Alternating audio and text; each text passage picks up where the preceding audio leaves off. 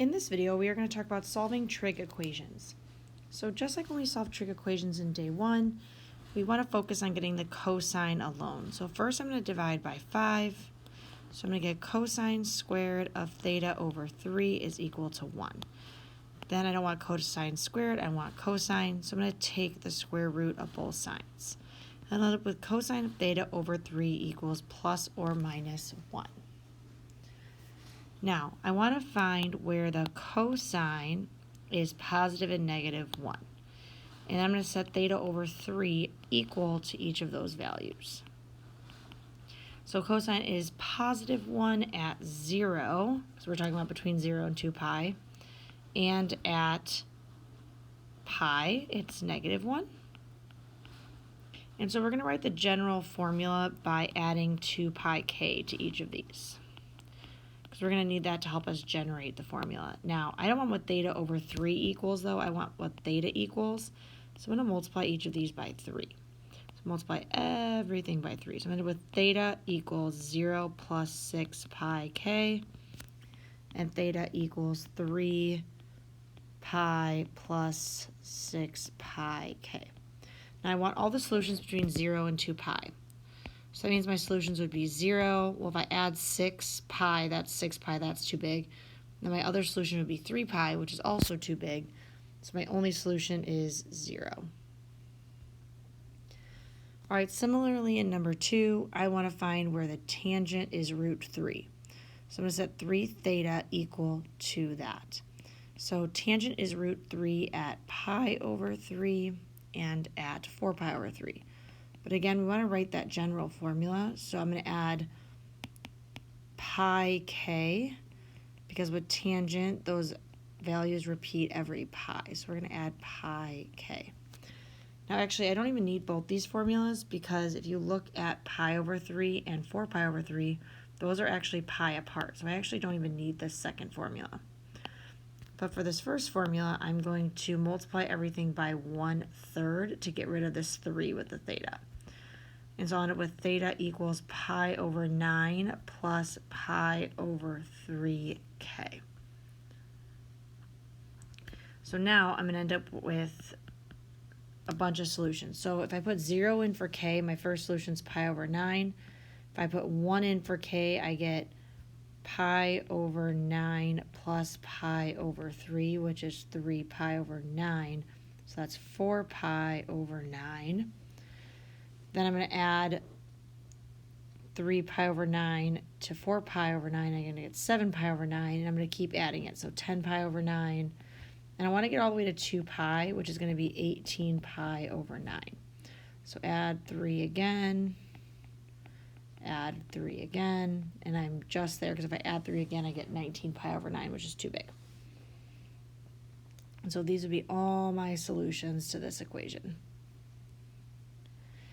In number 3, similar to number 1, I want to get the sign alone. So the first thing I'm going to do is divide by 2. Then I'm going to take the square root, and I'm going to get sine of 2x equals plus or minus the square root of 1/2. Now you're probably thinking the square root of 1/2 is not on the unit circle.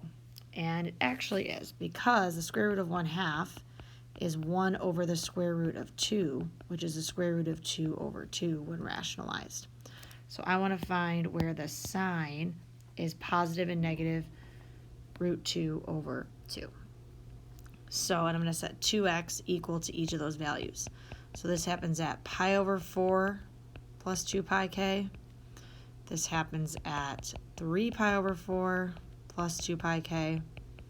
This happens at 5 pi over 4 plus 2 pi k. And this happens at 7 pi over 4 plus 2 pi k. Now, to make it so it's just x, I'm going to multiply all of these by 1/2.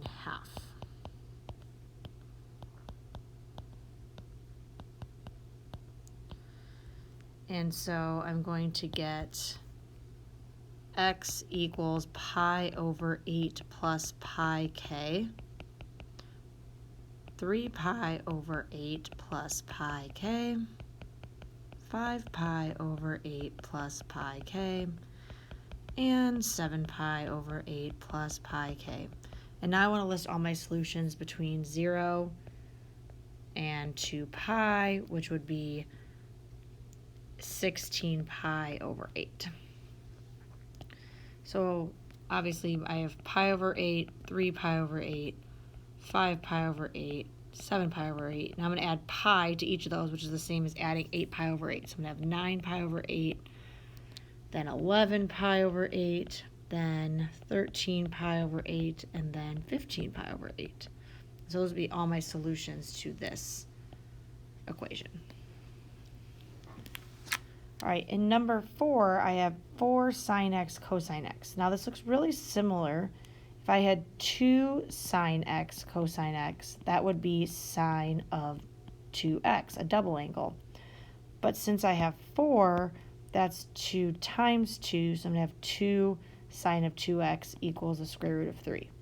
Well, again, I want to get that sine alone, so I'm going to divide by 2. So I have sine of 2x is equal to square root of 3 over 2. So now I'm going to think about where is the sine square root of 3 over 2. This happens at pi over 3 and at 2 pi over 3. But now I'm setting 2x equal to those, and I don't want 2x, I want x. So I'm going to multiply each of these equations by 1/2. I'll be left with x equals pi over 6 plus pi k and pi over 3 plus pi k. So again, I want all my solutions between 0 and 2 pi.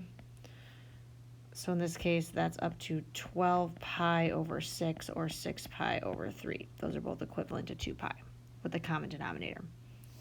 So from this first equation, I'm going to get pi over 6, add pi, you get 7 pi over 6, add pi, you get 13 pi over 6, too big.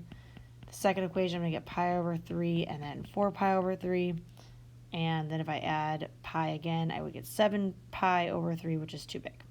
So those are my 4 solutions to this equation. In number 5, we have a really long left side. And so if we look at our formula sheet, this is actually the cosine sum formula. This would be cosine of 3x plus 12 degrees. Now it didn't say it here, but it's talking about degrees, so we're actually going to work in 0 to 360 here instead of 0 to 2 pi. And so I want to think about where the cosine is 1/2 in degrees. So I'd have 3x plus 12 degrees. Cosine is 1/2 at 60 degrees, and now instead of 2 pi k, we're going to add 360. And cosine is also 1/2 at 300 degrees plus 360k. So now I want to solve this. So I'm going to minus 12. So I'll end up with 3x equals 48 degrees plus 360k and 288 degrees plus 360k. Then I can divide everything by 3 or multiply everything by 1/3. I'm going to divide by 3 in this case because I have a whole number, so I'll have x equals 16 degrees plus 120k, and x equals 96 degrees plus 120k. So plugging in 0 for k, I get 16 degrees and then 96 degrees. If I add 120 to 16, I get 136 degrees. If I add 120 to 196, or to 96, I get 216 degrees. Then I'm going to add 120 to 136 to get 256 degrees. And then I'm going to add 120 to 216 degrees, and I'm going to get 336 degrees. And so those will be all my solutions between 0 and 360. Now in this guy, I want to find where the tangent is -1. And then I'm going to set this half equal to that. And so we're going to go back to working between 0 and 2 pi. So tangent is -1 at 3 pi over 4 plus pi k. It also happens at 7 pi over 4, but that is pi away from 3 pi over 4. So I can just work with just this one equation. So now I'm going to add pi over 3. So now we got to think common denominators here. So if I'm thinking about 12s, this would be 9 pi over 12, and this would be 4 pi over 12. So if I'm adding those together, I'm going to get 13 pi over 12 plus pi k. Now I want to multiply by 2, so I'm going to end up with x equals 13 pi over 6 plus 2 pi k. Now I want between 0 and 2 pi, and 13 pi over 6 is not between 0 and 2 pi, but it's coterminal to pi over 6. So if I subtracted 12 pi over 6 from this, I would get pi over 6, and 12 pi over 6 is 2 pi. So my only solution to this equation is actually pi over 6.